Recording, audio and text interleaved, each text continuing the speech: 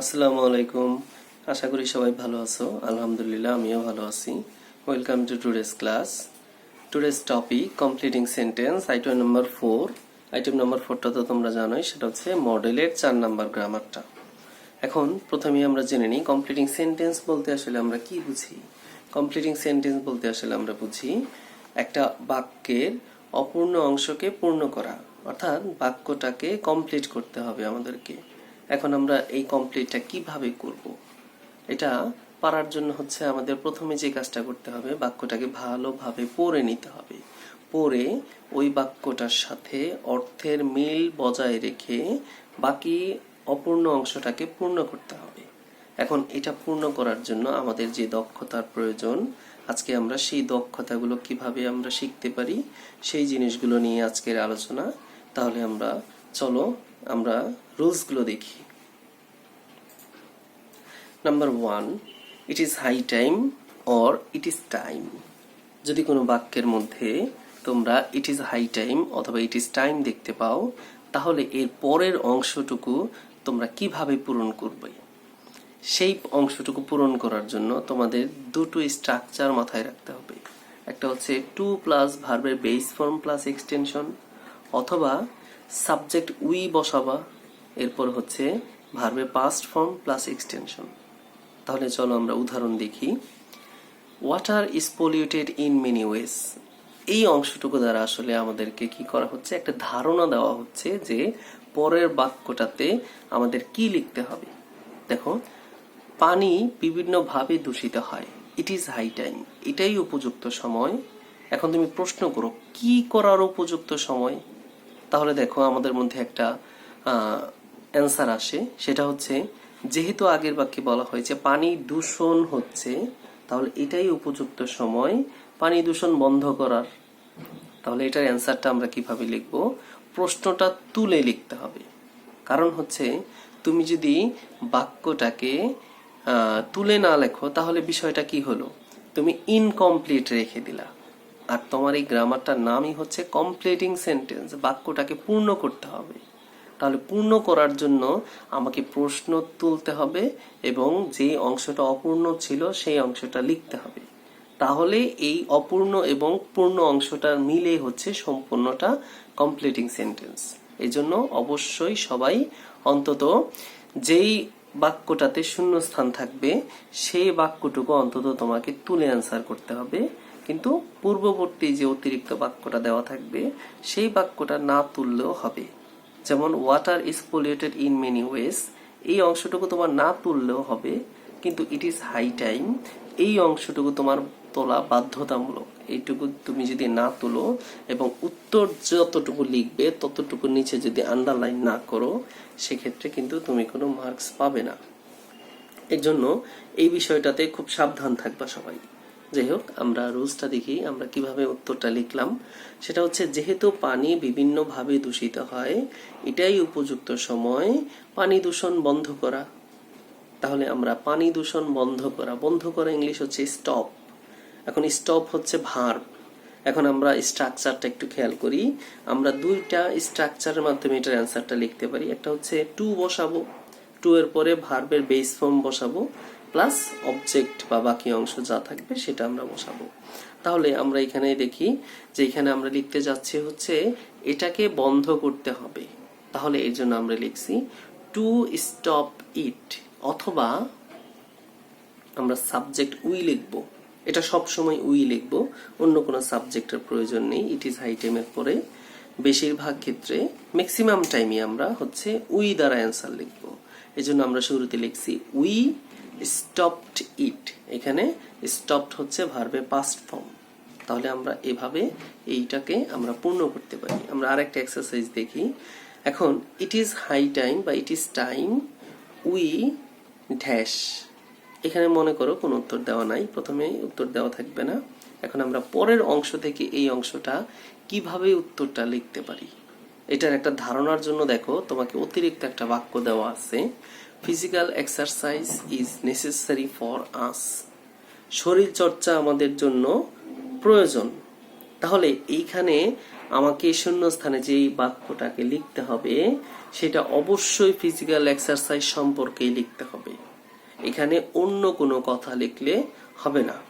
এখন আমি যদি লিখি, আগের অংশটাতে আমি যদি লিখি it is high time we stopped smoking, এটাই উপযুক্ত সময় আমাদের ধূমপান বন্ধ করা। Physical exercise is necessary for us, তাহলে ফিজিক্যাল এক্সারসাইজের সাথে স্মোকিং এর কিন্তু কোনো সম্পর্ক নেই।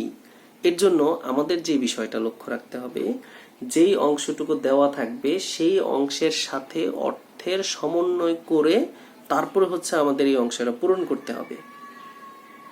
তাহলে আমরা দেখি এখানে আমরা কি লিখবো, যেহেতু শরীর চর্চা আমাদের জন্য গুরুত্বপূর্ণ, এটাই উপযুক্ত সময় আমাদের শরীর চর্চা করার। তাহলে এই শরীর চর্চা করার ইংলিশ হচ্ছে টেক ফিজিক্যাল এক্সারসাইজ। এখন আমরা একটু খেয়াল করি যে ইট ইজ হাই টাইমের পরে উই সাবজেক্ট কিন্তু দেওয়া আছে। তাহলে আমাদের রুলস হচ্ছে যদি সাবজেক্ট থাকে তাহলে সাবজেক্টের পরে ভার্বের পাস্ট ফর্ম বসাইতে হবে, অর্থাৎ V2 বসাইতে হবে প্লাস বাকি অংশ বসাইতে হবে। এর জন্য কিন্তু আমরা উত্তরে টেকের পাস্ট হচ্ছে টুক, এরপরে লিখেছি ফিজিক্যাল এক্সারসাইজ। এর জন্য অ্যান্সারটা হলো ইট ইজ হাই টাইম বা ইট is time we took physical exercise. এটাই উপযুক্ত সময় শরীর চর্চা করার। কারণটা হচ্ছে কি, শরীর চর্চা আমাদের জন্য প্রয়োজন, এটা হচ্ছে বিষয়।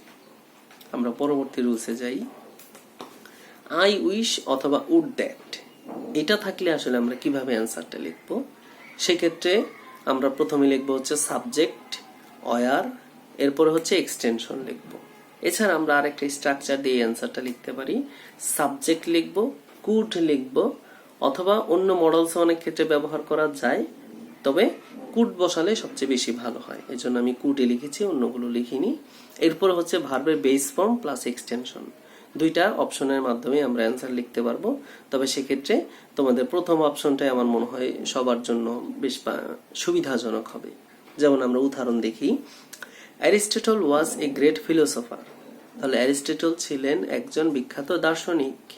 এরপরের বাক্যে বলা হয়েছে আই উইশ, এরপরে হচ্ছে তোমাকে বাক্যটাকে কমপ্লিট করতে হবে।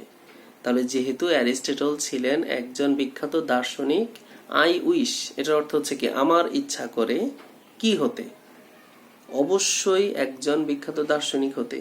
তখন তুমি এই কথাই বলবা। এখন তুমি যদি বলো যে Aristotle was a great philosopher, I wish I were a doctor, আমার ইচ্ছা করে আমি যদি একজন ডাক্তার হতাম, তাহলে কিন্তু দেখো আগের বাক্যর সাথে তুমি যে বাক্যটা লিখছো সেই বাক্যের অর্থের কিন্তু কোনো সমন্বয় হলো না।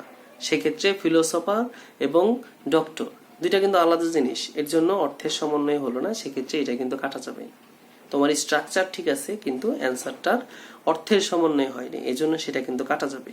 এর জন্য আমাদের যে মূল বিষয়টা সেটা হচ্ছে অর্থের সমন্বয় বজায় রাখতে হবে, আবার গ্রামাটিক্যাল যেই রুলস সেটাও বজায় রাখতে হবে। এর জন্য তোমরা সহজেই লিখতে পারো I were a great philosopher. ওইখানে যদি অন্য কিছু থাকতো, Michael Jackson is a great dancer, তাহলে তুমি লিখবা হচ্ছে I wish I were A dancer. Andrew Kishore is a great singer, I wish I were a singer.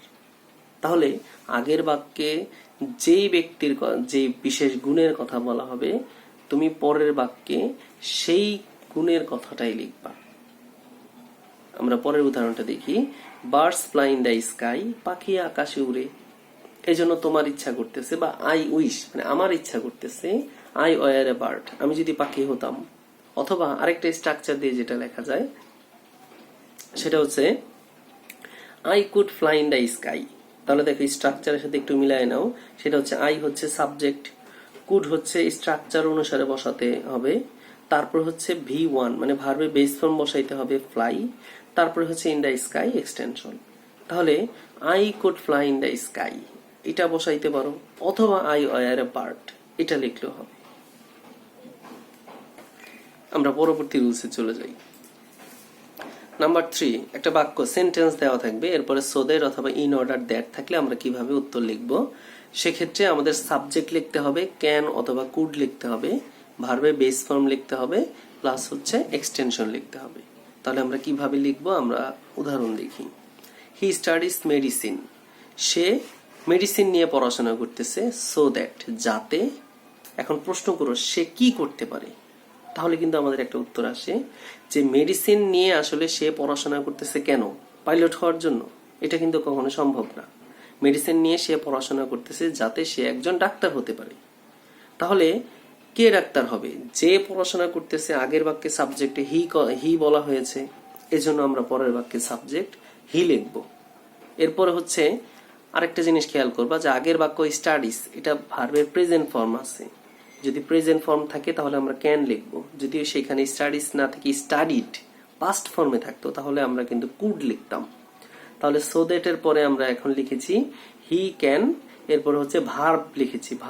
ভার্বটা হচ্ছে বি, হওয়া। হি ক্যান বি, সে হতে পারে। কি হতে পারে? A doctor. মানে সে মেডিসিন নিয়ে পড়াশোনা করে যাতে সে একজন ডাক্তার হতে পারে। তাহলে আমরা দেখো এখানে অর্থের একটা সমন্বয় তৈরি করেছি এবং স্ট্রাকচার অনুসারে মিলবন্ধন করে লিখেছি। পরের উদাহরণটা দেখি, তাহলে আমাদের কাছে আরো ইজি হয়ে যাবে এই বিষয়টা। All the students are reading attentively, সকল ছাত্রছাত্রীরা মনোযোগ সহকারে পড়াশোনা করতেছে। সো দ্যাট, যাতে কি করতে পারে? পড়াশোনা করতেছে যাতে হচ্ছে কি তারা কি, যাতে সে কি, যাতে তারা একটা ভালো ফলাফল করতে পারে। All the students are reading attentively so that, যাতে তারা একটা ভালো ফলাফল করতে পারে। তাহলে আমরা এই অংশটা কিভাবে বুঝতে পারি? এখন আমাদের সবসময় কাজ হচ্ছে প্রথম বাক্যটাতে প্রশ্ন করা, যে সকল ছাত্রছাত্রীরা মনোযোগ সহকারে কেন পড়তেছে। তাহলে কিন্তু দেখো একটা উত্তর চলে আসে। পড়াশোনা মানুষ কেন করে? অবশ্যই ভালো ফলাফল করার জন্য, জিপিএ 5 পাওয়ার জন্য, জীবনে উন্নতি লাভ করার জন্য। বিভিন্ন অ্যান্সার হতে পারে। তাহলে তোমার কাছে যে অ্যান্সারটা সহজ মনে হয়, যে অ্যান্সারটা ট্রান্সলেট তুমি সহজে করতে পারবা, ওই অ্যান্সারটাই লিখবা। তাহলে আমরা কি লিখি এখানে? সেটা হচ্ছে দে ক্যান, তারা পারে, মেক, তৈরি করতে, এ গুড রেজাল্ট, একটা ভালো ফলাফল তৈরি করতে পারে। আচ্ছা, আমরা পরের উদাহরণটা দেখি। Jack work hard so that, যাতে সে কি করতে পারে? প্রশ্ন করো, কঠোর পরিশ্রম কেন করে মানুষ? জীবনে উন্নতি লাভ করার জন্য। এই জন্য আমি লিখেছি he could shine in life. এখানে কুড কেন হলো? কারণ আগের বাক্যে ওয়ার্কড পাস্ট টেন্সে আছে। যদি পাস্ট টেন্স থাকে তাহলে পরের বাক্যতেও আমাদের পাস্ট টেন্সে লিখতে হবে। এর জন্য আমরা ক্যানের পাস্ট হচ্ছে কুড লিখেছি। তাহলে জ্যাক কঠোর পরিশ্রম করে যাতে সে জীবনে উন্নতি লাভ করতে পারে। তাহলে আমরা এভাবে অর্থের সমন্বয় করে পরবর্তী বাক্যটা কমপ্লিট করলাম। 4 নাম্বার রুলস, সেটা হচ্ছে সাবজেক্ট থাকবে, ভার্বের প্রেজেন্ট ফর্ম, এক্সটেনশন প্লাস হচ্ছে সিন্স, এরপরে সাবজেক্ট, ভার্ব টু এক্সটেনশন। এই যে বিষয়টা 4 নাম্বার এবং 5 নাম্বার দুইটাকে আমি একটু সমন্বয় করে তোমাদেরকে বলি। সেটা হচ্ছে দেখো, দুইটাই হচ্ছে বাক্যের মাঝখানে সিন্স থাকবে। দুইটাই হচ্ছে বাক্যের মাঝখানে সিন্স থাকবে।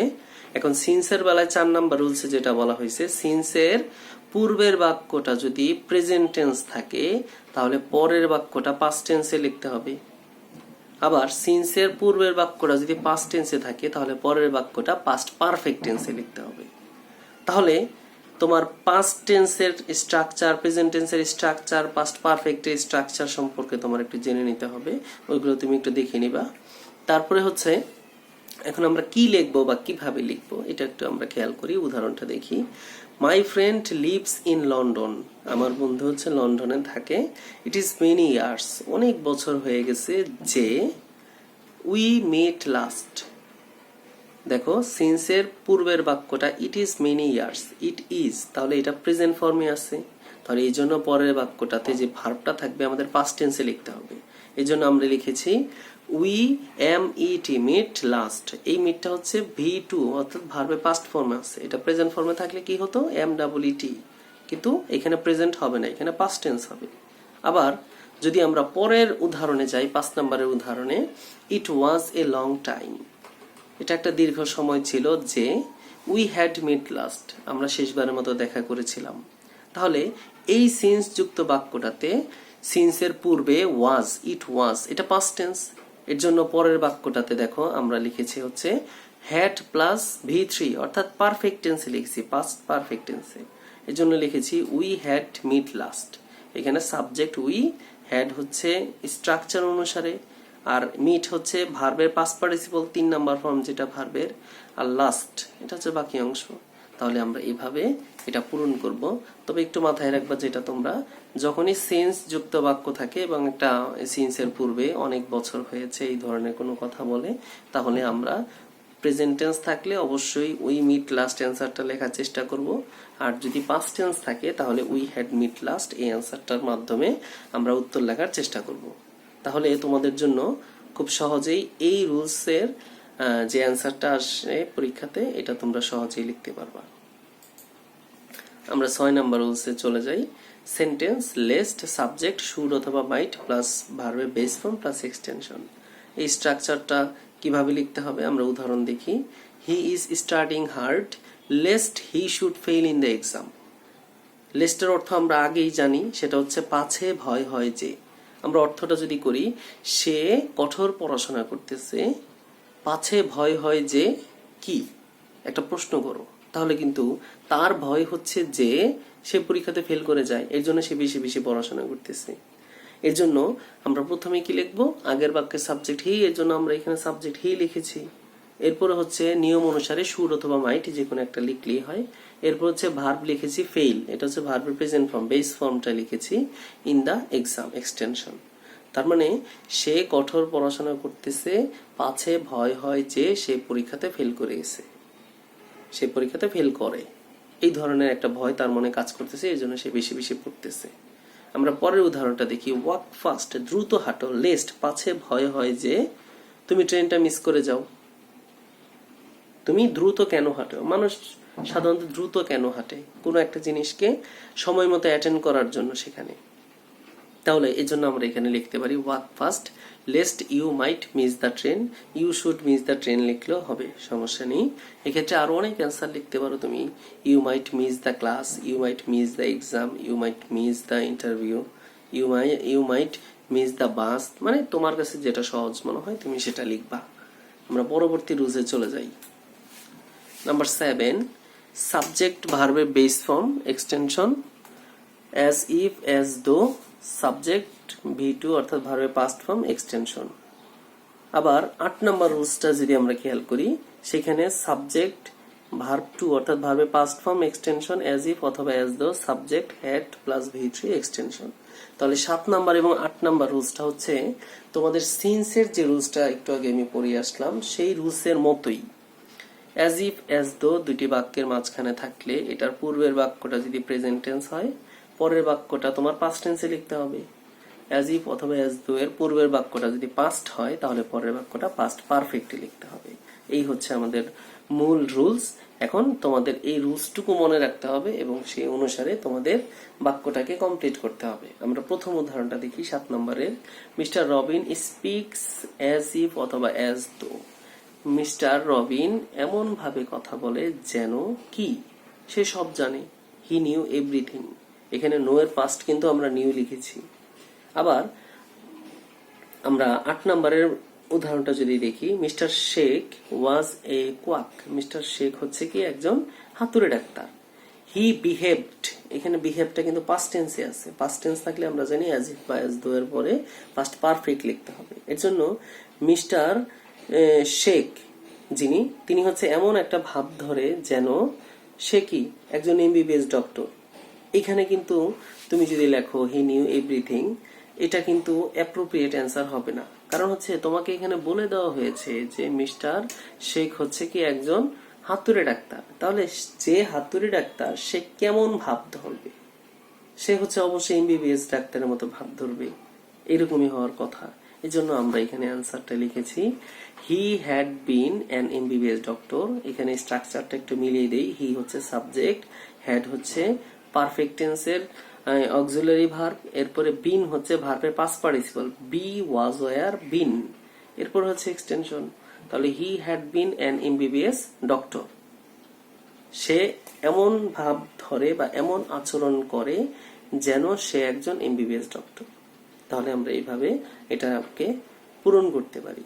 তাহলে আমরা আজকে এই পর্যন্তই আমরা শিখবো। এই 8 পর্যন্ত রুলসই আমরা কমপ্লিট করলাম।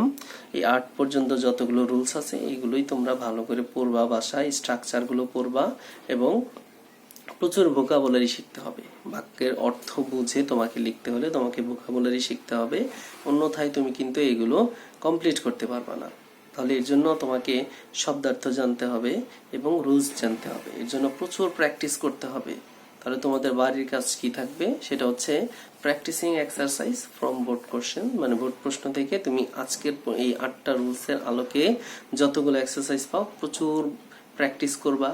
এবং প্রথমে যে তোমার কাজ হচ্ছে, প্রথমে তো তুমি হয়তো বাক্যটাকে কমপ্লিট করতে পারবে না, এর জন্য তোমাকে প্রথমে কিছু শব্দ, প্রচুর শব্দ মুখস্থ করতে হবে। দরকার হলে কিছু বাক্য তুমি প্রথমে মুখস্থ করো, পরবর্তীতে দেখবা তুমি নিজে থেকে এগুলো তৈরি করতে পারবা।